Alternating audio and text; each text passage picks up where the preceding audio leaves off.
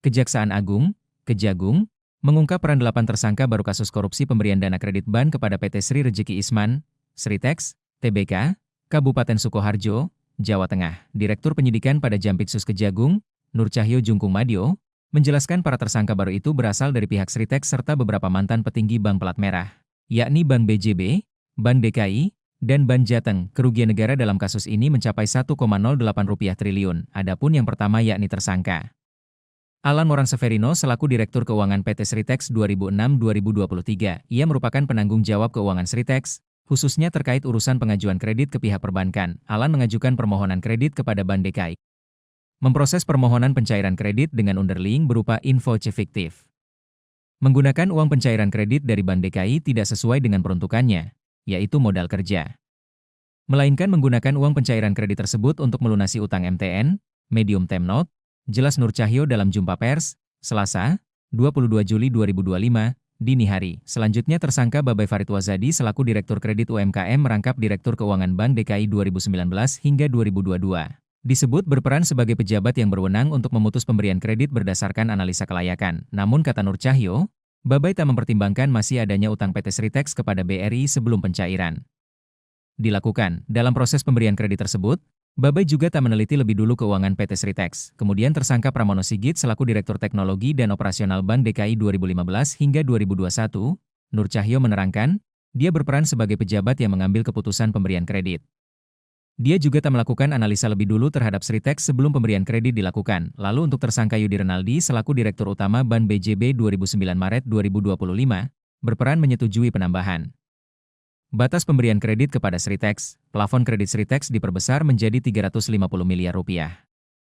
Walaupun ia mengetahui dalam rapat komite kredit pengusul MAK menyampaikan bahwa PT Sri Rejeki Isman dalam laporan keuangannya tidak mencantumkan kredit existing sebesar 200 miliar rupiah, jelas Nur Cahyo. Setelah itu, Beni Riswandi selaku Senior Eksekutif Vice President Bank BJB 2019-2023 Beni. Lanjut Nur Cahyo berperan memutus pemberian kredit modal usaha 200 miliar rupiah kepada Sritex, akan tetapi pelaksanaannya tidak memenuhi prinsip 5C, karakter, capacity, capital, collateral, dan condition. Beni juga dinilai tak melakukan evaluasi secara menyeluruh terhadap kondisi Sritex sebelum pencairan kredit dilakukan. Sedangkan tersangka mengetahui bahwa PT Sri Rejeki Lesman mengalami penurunan produksi dan penurunan ekspor serta peningkatan kewajiban karena memiliki kredit di beberapa bank sesuai yang tertera dalam Slik OJK, papar Nur Cahyo. Lalu ada tersangka Supriyatno selaku Direktur Utama Bank Jateng 2014-2023.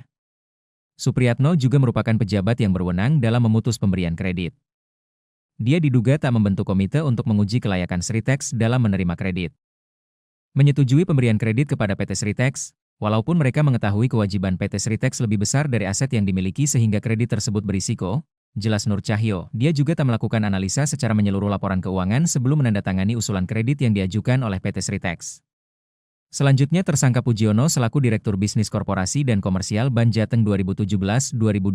Hampir serupa dengan Supriyatno, Pujiono juga merupakan sosok yang berperan dalam memutus pemberian kredit kepada Sritex. Meski begitu, dia dinilai tidak melakukan analisa dan evaluasi kepada Sritex sebelum kredit diberikan. Sedangkan tersangka terakhir yakni Suldiarta selaku Kepala Divisi Bisnis Korporasi dan Komersial Bank Jateng 2018-2020.